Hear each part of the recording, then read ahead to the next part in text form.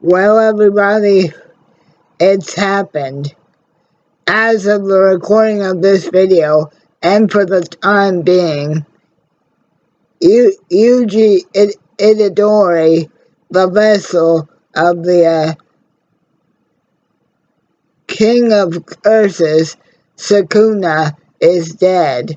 And, guys, Su- Sukuna, to start off this episode, has basically a field day with Fushiguro, and Megami's whole goal th- th- through the whole skirmish with the Sukuna is to buy Yuji enough time to basically regain control of Sukuna, but Megami finds out very quickly that that that he's no match for Sukuna, guys. In fact, Sukuna devastates all of Megami Fushiguro's Shishigami. In fact, to the point where Fushiguro has to make the decision to uh to to release his last surviving Shishigami, because even though Fushiguro's Shishigami are formed from shadows, his last surviving bird one that he was using in the battle against Sukuna was at its limit. And guys, so guys, let me explain something. Yuji is able to snap out of it and regain control of his body from Sukuna, but it's only after Sukuna rips a hole in Yuji's chest and rips out and removes Yuji's heart, because obviously, guys, the King of Curses can can live without a physical beating heart, and then but obviously a mortal like Yuji cannot, and guys, Sukuna basically again continues to basically mop the floor with Fushiguro, and then to himself, Megami basically re, re, reveals his actual physical resolve, for ultimately saving Yuji, because just like another girl that Fushiguro knew, he saw the good the good in Yuji, and he couldn't he couldn't take the idea of a good person like that dying for no reason. So like I said, guys, Yuji does end up regaining control from Sukuna, but because Sukuna removed Yuji's heart, for right now, guys, Yuji Itadori is dead, and and uh, and Gojo Sensei basically spends some time with his assistant and Yuji's body down at the morgue before the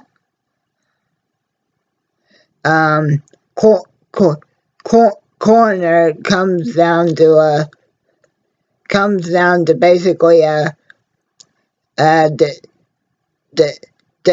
destroy Yuji's body, since this now deceased body did contain the King of Curses, Sukuna. But even the coroner can see that even Gojo did seem to have a liking to Yuji. In fact, Gojo even tells his assistant that even though he knew something like this was inevitable, because he tried to send first years into something that was too dangerous. He even goes so far as to try and suggest that he'll go kill all the higher ups for sticking Yuji in the middle of this, and then basically Megami tells Nambara basically the last thing that Yuji said, which is to live a long life, and then and then they both kind of, but at the same time also kind of not, mourn the loss of their teammate, even though Nabara says she's not the type of girl that starts to cry when somebody dies after she's only known him for like 2 weeks or so. And then Fushiguro does share with Nabara that Yuji is the first teammate of around Megami's own age that he's had die. And then they both kind of hold back the tears by saying, hey, it's getting hot. Maybe we should put in a request for summer uniforms. And then the 3 best second years, Maki, Panda, and I'm not even gonna try and pronounce the third guy's name, but Ro, I guess, is how you say his last name. Otherwise, the third person can only speak in terms of in rice ball language, because that's the effect of his curse. Anyway, Maki, Panda, and the rice ball guy basically ask Nabara and Fushiguro if they're willing to take place in a sort of a competition between jujutsu and a neighboring school. Think of it as kind of like like when Chaz and Jaden had to duel each other. What representing Duel Academy and West and West Academy, this is kind of like the same thing. And then a- and then after Maki um, basically insults Fushiguro and Nobara. Panda's the one who tries to apologize, and then they explain the, the the reason why they're short jujutsu casters is because this is not normally their busy season. And so then Fushiguro and Nobara basically do do do do agree to participate in the school competition, but if they dislike the training or the actual event itself, where they will have team battles and individual battles, battling other jujutsu users from the other school, they're quitting immediately. And then these two other weird looking individuals, one that's in charge of seemingly keep, keeping the balance between the positive and and uh, and negative energy in people, which is basically keeping curses on, on the run, basically as this mercenary type looking dude. What are the two conditions I have to do this? And he says, first you have to get Gojo, and then the second you have to get Sukuna. But then the cursed looking individual himself realizes that or remembers that he,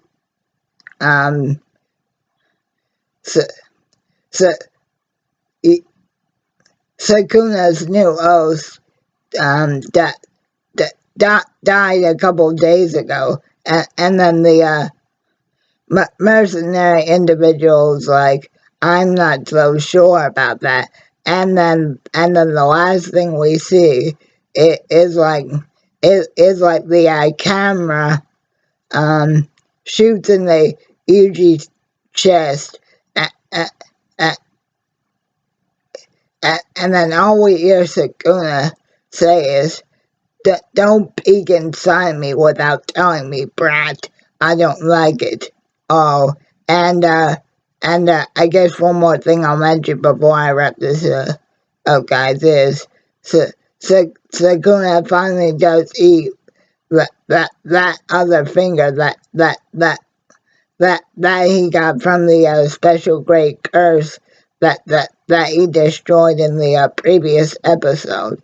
So guys, I'm thinking that now's the time that Yuji is going to sign that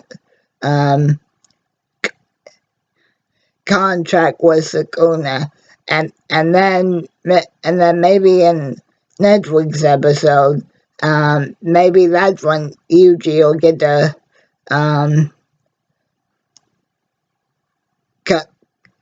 come back to life.